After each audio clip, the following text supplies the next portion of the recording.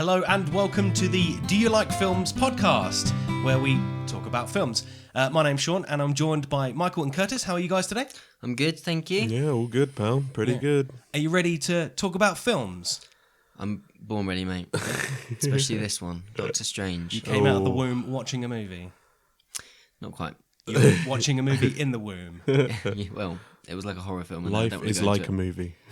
Exactly. Good point. So the point of the podcast is, if you didn't gather by the title, it's Do You Like Films? Today we're talking, do you like Doctor Strange, the latest in the Marvel Cinematic Universe? And I'm going to kick it off by saying I did like it, but there are some issues. First of all, I didn't find it that funny. What did you guys think about the humour of Doctor Strange? I don't think Benedict Cumberbatch can be funny. I Really? totally Sherlock, agree with though? that. I totally agree Yeah, with that. I mean, I don't even really like Sherlock that much. I know, big shock horror, right? Right, when we spin off and do You Like TV Shows podcast, we're going to Yeah. get into this and talk about Sherlock. Yeah. But we'll stick it to Doctor Strange. So you don't think Benedict Cumberbatch is funny? I mean, he has that certain, I don't know, I can't really explain it. Fuck. I can't really explain it No, right I now. totally agree with you. Like, Like it's- waving your arms about. I'm waving is my it a bit arms, sort of like- foppish, a bit sort Yeah, of, you know what? Like, yeah, a bit too posh-ish to be not like. down with the kids. He's not scum like us. Is the trouble I'm trying to say. Speak for yourself. So In the screen I was in, I felt like there were moments when they were looking for a laugh and I only heard titters, like at best. Yeah, and that yeah. was from some sort of like posh woman who loves Benedict Cumberbatch going, oh, Benedict, you really are hilarious. White But stallion. yeah, I didn't find it funny at all. There wasn't a single moment that made me laugh. And to be honest, I felt like it would have been better if they'd have realised these bits aren't funny. Let's just leave them out rather than going for a laugh, because I found that awkward. Like the joke that he has with the librarian, you have to remind me, Wong, where he's got one name and then he says, is that like Beyonce and things like that? Yeah. And then Wong's then listening to Beyonce in the next scene. I found that just cringy and bad. Like, Also, he's not a very good librarian, is he? Really? he's not. He's not. He's letting Doctor Strange nick all his books. Put his hand for a Can't ball. help it. He's just studying, listening to his favourite music. It's not his favourite Don't music. have a He, go at just, Wong. he didn't know who she was Yeah, a minute so ago. he was He studying. didn't say he didn't know who she was. He was just pulling a straight face. Okay. He probably had Adele on there. He probably had Eminem. That's his whole iPod. I can see him listening to Eminem, definitely, actually. Definitely, Yeah, you know. 100%. Yeah, I just didn't think the comedy worked for me. So now I heard something online that apparently Dan Harmon, the creator of Community and Rick and Morty, yeah, he was I know brought him. on to help improve the comedy within the movie and the script and Really? stuff like that. Well, that's a shame. Which is really interesting because I find a lot of his stuff really, really funny. Rick Yeah. and Morty, hilarious. I love Rick and Community is pretty Morty. good. And I can't believe... So in the first draft, would this movie have been even less funny? I think he should have done it from the start if he was actually going to make the film. Maybe, yeah. Do you know what I mean? Because then it would have actually been funny. Maybe they were just like, hey, Dan Harmon, we've got this joke where he comes in and says about one names. What's the funniest person with one name, Beyonce, and then he's listening to single ladies? Done! See you later, Dan That Harmon. was relevant in 2012. They did that with Ant-Man. They brought in, who's the guy that did Anchorman with Will Ferrell? Adam McKay. Oh, yeah. They brought him on to make the script funnier, essentially. And I felt like it did work in that. So I don't necessarily do think you have to be there from the start to make it as funny, but maybe it is easier if you're involved rather than just having to like add a bit here and there. I just didn't. But then again, it's a movie about a sorcerer who goes on an adventure and he's got a lot of hardship in his life because he was this amazing surgeon and then he loses Hardship. the ability, and it's quite a sort of a deep moment. So maybe the movie wasn't trying to be that funny, but then they did put the funny bits in there to try and sort of break the levity. Maybe that was their mistake in putting comedy in it, really. I agree. I just wouldn't have had the comedy in it. But then I didn't feel particularly moved by his story at all. Like, he was just an arsehole at the start. And like with Iron Man, with Tony Stark, he was an arsehole, but he had this charisma about him that you enjoyed being around him. I just thought he was like a dickhead that I was like, I don't really care about him being on screen at all. And I was rooting for the car to crash. I didn't want What was his fault? He was Don't driving text too and drive, fast yeah. round a mountain. Yeah, man. Like, you know what I mean? That bit a bit weird. Blind Overtaking corners. on a blind corner, Yeah, yeah. like, He was asking for a yeah, lane. he's never- that smart. We never found out what happened to the person he crashed into either. Oh, yeah. It was just sort Did of he like, crash into them? I thought he just went off the side. I thought he hit their car, which then sent Didn't him he off. swerve and then he just Yeah. went off the side? No, I just wanted to see a sequel where you see what happened to that bloke looking at you. Right? The latest in the Marvel Cinematic Universe. What happened to that guy who Doctor Strange almost crashed into? Hello, you right? He just calls his wife, I'm fine. Yeah. That's Just it. some surgeon was on his phone and he just, wow, he's nearly dead. I mean, his hands look pretty funky once they're all fucked up, though. I thought that looked bit really looked- good. Like, Yeah. I'd have been like, whoa. I thought they did that really well. Sort of like when he woke up and was all like shaky and you shit. did feel like he really couldn't comprehend. And one thing that I did like about him was, although he was extremely arrogant, I thought I liked the way he's only trusted a certain person to do the operations with him, the nurse that he obviously had a history with, and himself. Like, he really thought that no one else was as good as him.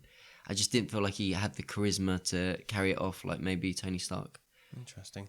I should say to the audience listening at the moment, we are going full spoilers from beginning to end in Doctor Strange. I assume you've clicked on this podcast to listen to it because you want to hear what we think about it rather than like, I don't know whether to watch this movie. You want to get in depth with the movie. So Or we're you're gonna- my now. Yeah. completely spoil it. We haven't spoiled a lot right now. We're not going into the whole Yeah. Dormammu bit yet. Not We're still yet. talking about the comedy and the character of Doctor Strange. I don't know. I felt the opposite way. Like I did think he was full of charisma, and I thought he was kind of endearing. Like, there's something about a hard-working man who's knowledgeable and is good at his job that I find that I quite like. There are people out there who, if you just don't care or whatever, then I don't care about them.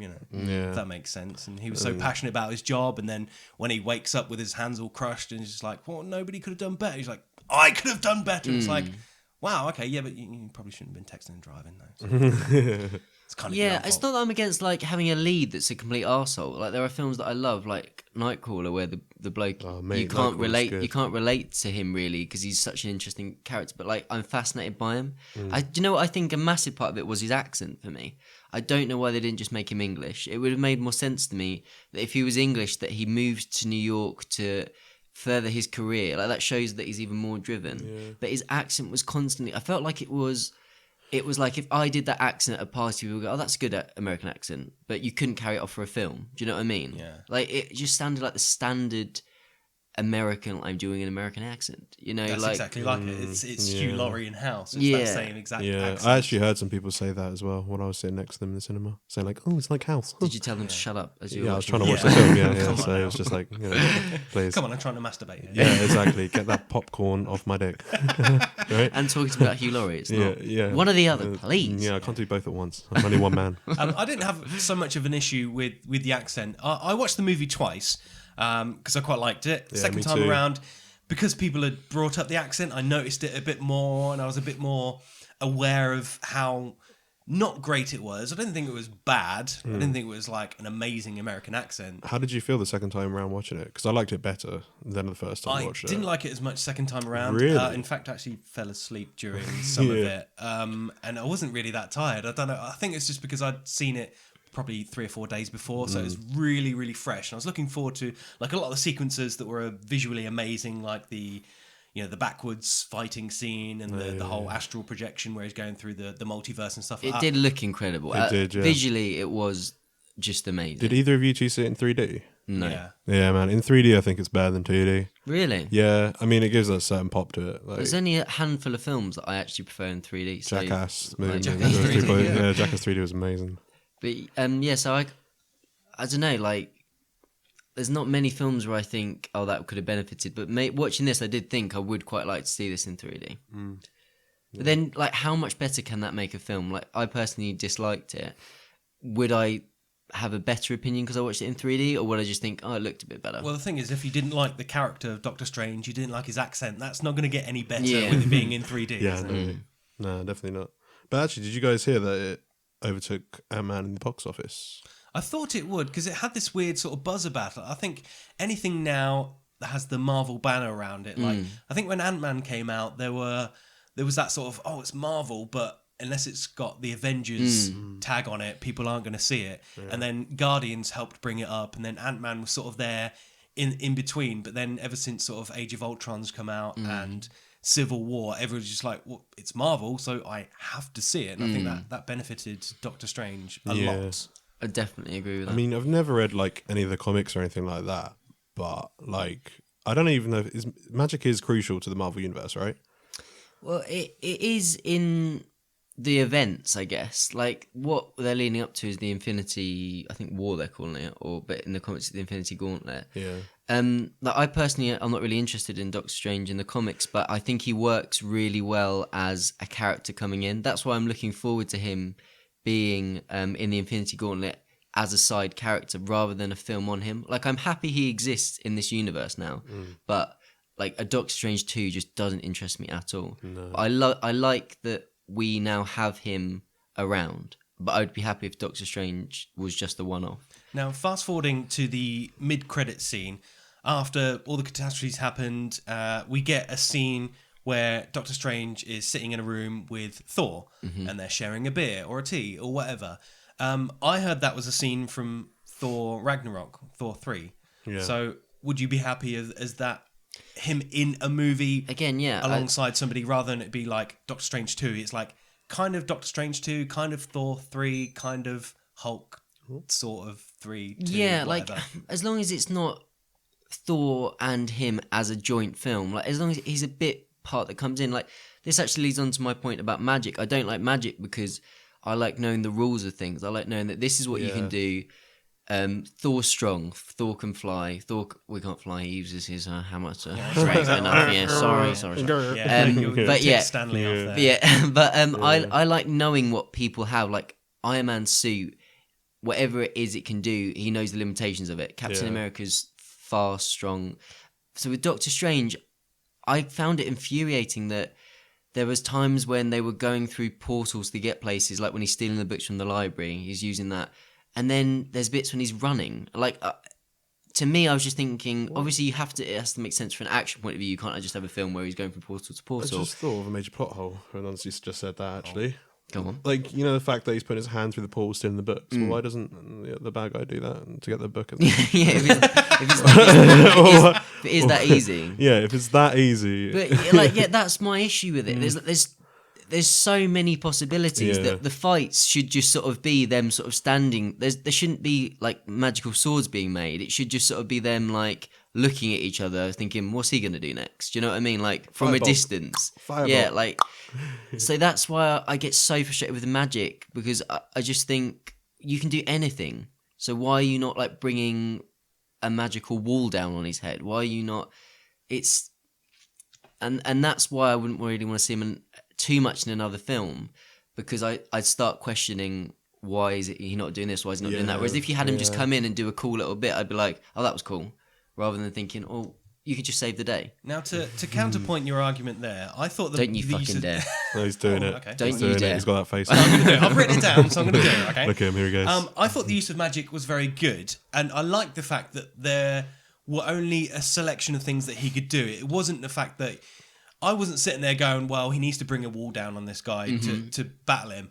I was like, okay, he can sort of bring up these shields if he does a little sort of cantation thing, and he can do this thing where it's like a whip, and he's got his cloak, and he's got 3 or 4 things that he can do, rather than like, well, I'm trying to think of things that he can do, because he's still kind of in training. Like, he doesn't know everything. He's trying his best to get all the knowledge, and by the end he gets the Eye of Agamotto and the time gem, time stone, and he manages to do that bit. But throughout the movie, all he's doing is making that sort of lasso whip type thing. He's using this cape and he's using the sling ring to make a portal. He's not using fair enough for lots him. of stuff. But what about the Ancient One? She has a few fight scenes, and she's meant to be the most powerful being there is. So why, when she's fighting, I forget his name, the guy with the eyes. Caecilius. Yeah, when she's fighting him, why is she not doing all the things I said before? Fair enough for Doctor Strange that he's learning it, he's learning the whips and whatever, but why is she not just bringing a world down on him? Why is she not sending him to another dimension and things like that? Because it seems like she's has infinity power. But is it because she taught him, like, and there's a thing in Marvel movies compared to DC movies, there's this thing of, in Marvel movies, there's not a lot of deaths because deaths matter, whereas in DC movies, everyone and their mother's uncle is dying, and it's just like, well, it's fine, you know, people shoot and get shot. Whereas in this one, when somebody dies, or there's always that thing of like, well, it's basically civil war, isn't it? Like, Captain America's always like, well, we need to bring in the bad guy. We can't just obliterate him. We can't just kill them unless it's a swarm of, you know, Jatari or Ultron bots or something like that. They're happy to be killed. Whereas in sort of Batman v Superman or Man of Steel, more importantly, like, buildings are going down, people are dying, people are getting shot, and all this kind of craziness. Whereas in the Marvel universe, they're trying to. He's like a lost soul, so the Ancient One's trying to bring him back. Isn't she killing his minions around him? I don't think she was killing them. She was just sort of like kicking One them. got crushed by a building. I remember that at the beginning. But that was in the mirror realm. Does that count? So this is where, like, when it's the magic uncertain, bullshit. it's difficult to know. The thing that I didn't really mirror like. realm being a place where they can fight and not hurt civilians. For those of you who don't know the mirror realm. Anyway, Yeah, no, you are right. Yeah, the thing that I wish that they worked on a little bit better was, like, I know it's a cliche, but the montage of him becoming, like, from what he was. Totally agree with you. I was so excited about the idea of him training. Yeah, exactly. And to just brush over it in like 3 or 4 like different scenes is just a bit. And the thing is, they never put sort of a time stamp on it. It was like he arrives at the Kamatage, and then 2 months later, 3 months later, Dormammu! how long does it take the average person to grow a beard and then shave it off into a lovely goatee? Yeah. Well, with me, it's like a month. Exactly. He could have been there for a month. You know, we don't really know. A good way of doing that would have been if they'd said that they'd have set it in 2011 at the start. Like, you could have had just the bit where we saw the attack on New York from the Avengers and things like that, and then Civil War in the, like, just little bits just to show that he's maybe there for 5 years to learn. Like, I think that would have been a really good way. Also, making it feel more more included in the Marvel universe. And they're generally really good at doing that, making it feel like it is a massive universe. But that would have been a very good way of just showing how long he'd been there, and just showing that as intelligent as he was, it was also his attitude was changing in that time frame. And also, like Rachel McAdams' character, the character that he has a history with, the nurse, she's in the exact same hospital, in the exact same job. Like, she seemed like quite a driven person. Would she not have gone further? So that would suggest it was only a few months. That whole training bit could have been so fantastic. Like, when we saw Mordo, his sort of his teacher underneath his teacher. With the boot, with his the boots that could run on invisible walls that weren't there, type thing. That was such a cool little moment. Cool. If we had more of those bits showing us, you know, then it probably would have been a 4-hour movie, and people would be like, "It's too long." Yeah, but there was so much crap you could have got rid of. Like the fight in the hospital with their like phased Casper, things. the friendly ghost. Yeah, you know what I mean. I quite liked it because it was something new, something I hadn't seen before. And it's like, I've seen montages before, and we've seen people sort of train and get. But I do agree, like, it would have been really cool to see the whole Avengers Assemble thing happen, and then you go, okay, that's 2012. That's when that's that why happened. He wasn't there getting involved. Because he hadn't learned how to do magic, and then they do it, and they make mention of how much time has passed, because it was the same thing in the whole. We have to get into it. Dormammu, I've come to bargain. That bit, I loved it. I loved it the second time. I thought it was great. I thought it was funny. I thought it was good because that's when his character really changed. He sacrificed himself to save the world. He wasn't this selfish guy. Again, the time scale there is all fucked up. Exactly. If Dormammu had just gone, come on, mate, we've been doing this for but a thousand years, yeah. And then you go, oh my god, he's been dying for a thousand. Like, then you really get the sense of this guy is willing to do anything to defeat this otherworldly being. But it was like, I was over in 10 minutes. Did you just die like 10 times? And Dormammu was like, oh, come on, just his I got other patience stuff to wears do. really thin. And I know, like, this entity, this being is beyond time, so there's no concept of time. So maybe that was a reason, but that wasn't really well explained. So maybe if they'd just put in there like, or if like timescale, Dormammu, I've come to bargain for the 500th time, and you're like, oh my god, this guy's gone through some stuff, but it's sort of happened a few times, and he's gone. I was just thinking as well that if they did make it so that he was training for a few years, I forgot his name again, the dodgy-eyed guy, Caecilius. the bad guy in it, basically. I don't know the bad guy. I'm just gonna say it anyway. Caecilius, what was he doing for that 5 years while he was training? Like, True. So Probably trying to get Dormammu. Being evil. Trying to bargain. Yeah. Fighting the ancient one. I guess, yeah. I didn't mind him actually, the bad guy. I thought it was okay. I don't know. Lately, I've been disappointed with bad guys like in Suicide Squad and stuff like that. And like, it just at least there wasn't a grip me. huge blue beam shot up into the sky. Yeah. There wasn't like There was a big explosion. I thought the end sequence was one of the best things I've seen in the Marvel Cinematic Universe. Yeah, it did look incredible. Not the airport scene in Civil War, because that was just jizz-worthy. But Yeah, that scene where, everything's going backwards and they're fighting guys in real time, but everything's being rebuilt. I did get a little bit lost then, though. I like the guy that got locked in the tank, actually. I got a little bit lost as to who was aware of time was going backwards and who wasn't. I don't know if that's my fault. I'm pretty sure it was just all of the, I guess, sorcerers were aware, and then all of the normal people were just living their lives. Yeah, they were just going backwards, and they were just like, well, I was dead. Oh, not now. Yeah. That's cool. Yeah. Yeah. Because I think there was a little bit in there when Doctor Strange did the Eye of Agamotto, and he sort of reversed time.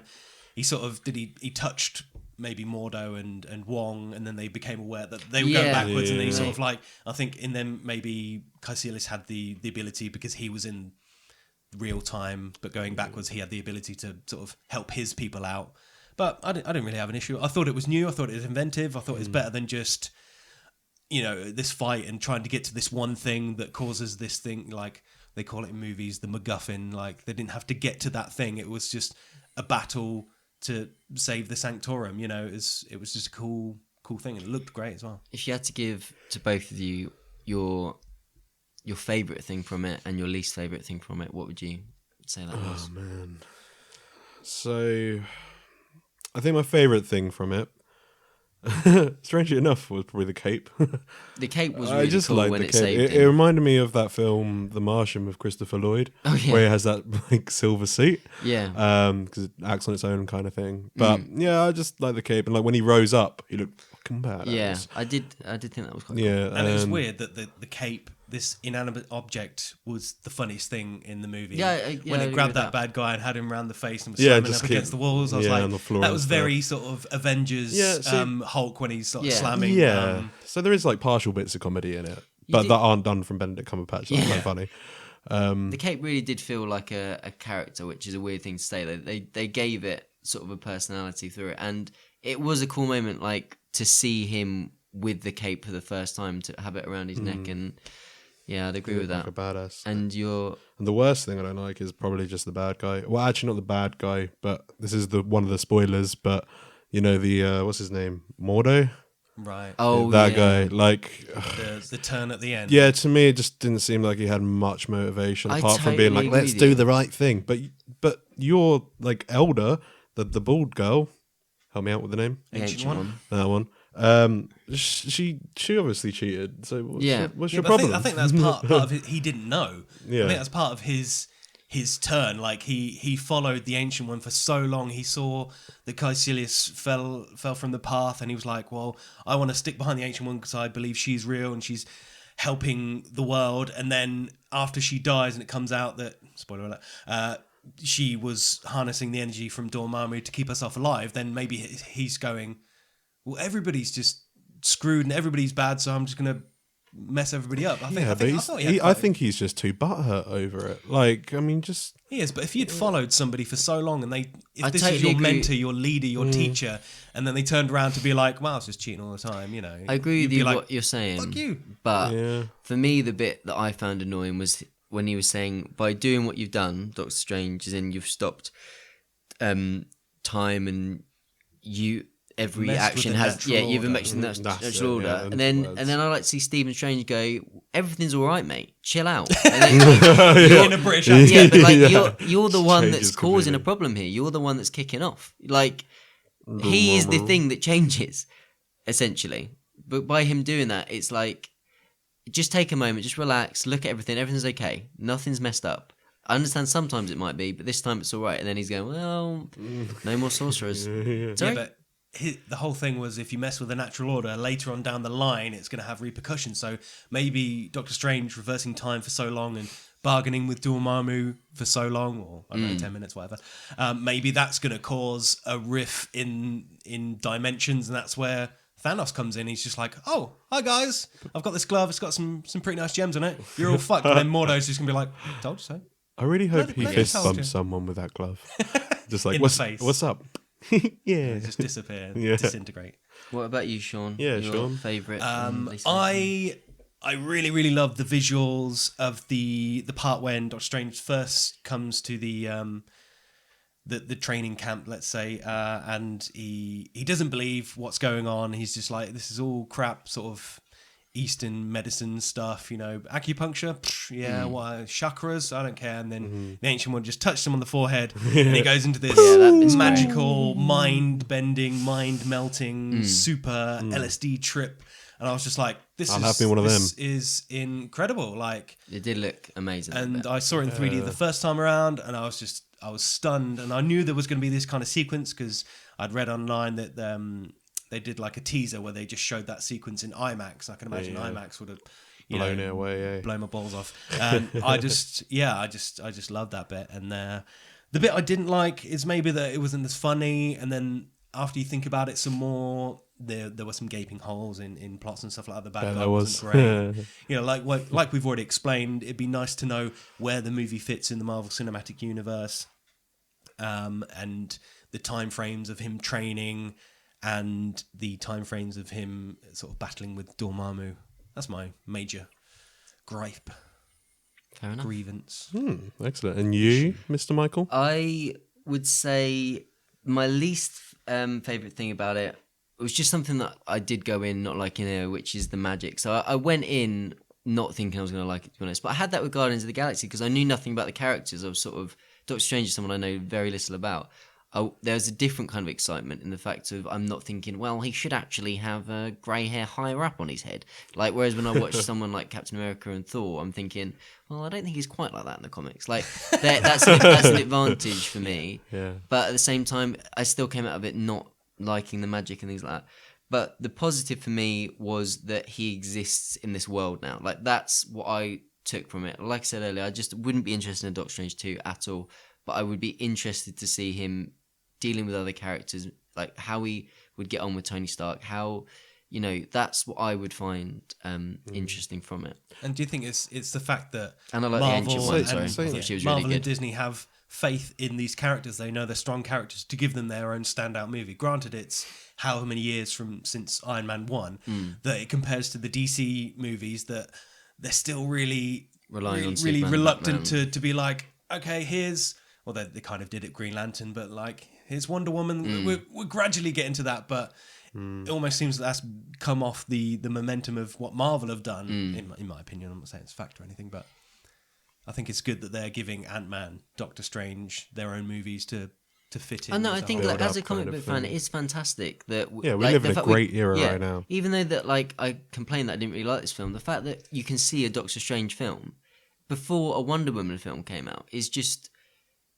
It's crazy, but like it's great at the same time, and it's terrible at the same time because a Wonder Woman film should have been out years ago. Yeah. But like Marvel has done something amazing that those characters that are like, if you were to show 10 years ago a picture of Wonder Woman and a picture of Doctor Strange to a few people in the street, no one would really know Doctor Strange compared to Wonder Woman. So they have done something amazing that they're getting these B-list, C-list characters let alone into like A-list. Ant-Man and stuff like Ant-Man that as well. and Guardians of the Galaxy. Guardians of the Galaxy, like, they've done something. Talking about that, as a little bit of news for you. Did you guys realise that apparently Howard the Duck is in the second Guardians of the Galaxy? He was in the first one. But he's going to be properly in it. Properly in it. Like now I'm more seeing than it. 2 lines. Yeah, now I'm going to see it. Now. Like I wasn't already going to see it. I remember. Yeah. Okay, guys, so we've done a little bit of a roundup. We don't like rating systems, but if we just go around and say a few last words and whether you'd want to see it again, whether you encourage people to see it again, something like that, rather than like, it's 10 limp dicks out of 20 limp dicks, Limp disc it. Well, I'll just go first and say that, I mean, I've seen it twice, so I don't really want to see it again. And if you haven't seen it and you're interested in Marvel films, then, you know, it's worth going to see it. But bar that, I wouldn't put it highly as like in the top 5 or 6 Marvel films. I think it's like, you know, wherever. It's not the greatest, but it's not the worst either. I totally agree with that, actually. So I'm going to pretty much piggyback on what you've said. Be a bit more positive about it. Although I did fall asleep on the second viewing, it will be something that that was positive. You got some shut-eye. I will want to own it on DVD eventually, and I want it as part of a collection. And, you know, maybe after a year's time, I'll look back on it and say, well, you know, all these other movies have come out, and actually Doctor Strange was pretty damn good in comparison, because there's a lot of movies I go back to and then I sort of reignite my love for, like Ant-Man. Liked it when it first came out, kind of got a bit down on it because I thought, oh, there's some issues with it. Oh, Edgar Wright didn't direct it. Then I watched it again, I was like, actually, this is a solid movie. You know, and it might be one of those I'll come back in a year and actually go, you know what, that's pretty fucking good. So I'd recommend it, and just go and watch it. Yeah, I feel like I've been quite negative about it, but I'm glad I've seen it. Like, because it's a Marvel film, I do want to see all the Marvel films, and I do feel like I know a little bit more now. So I'm glad I've seen it, but it's not something that I think I'd even watch again if it was on TV. No. But it's not something, I didn't think it was terrible or anything like that. I just thought it was fine to keep me going type of thing. Like, it was sort of a superhero fix, like once every 6 months you see a superhero film, or kind of is like 4 that, months isn't it, or whatever. really? It was fine to keep me going, but I'm not fussed about seeing it again particularly. But it did look amazing. Yeah, it did look amazing. That is true. Incredible. Okay, so I just want to thank each and every one of you guys out there for tuning in to the Do You Like Films podcast with me, Sean. And we've got Michael here. See you later. And Curtis. Goodbye. On behalf of those guys and myself, thanks again, and tune in next time.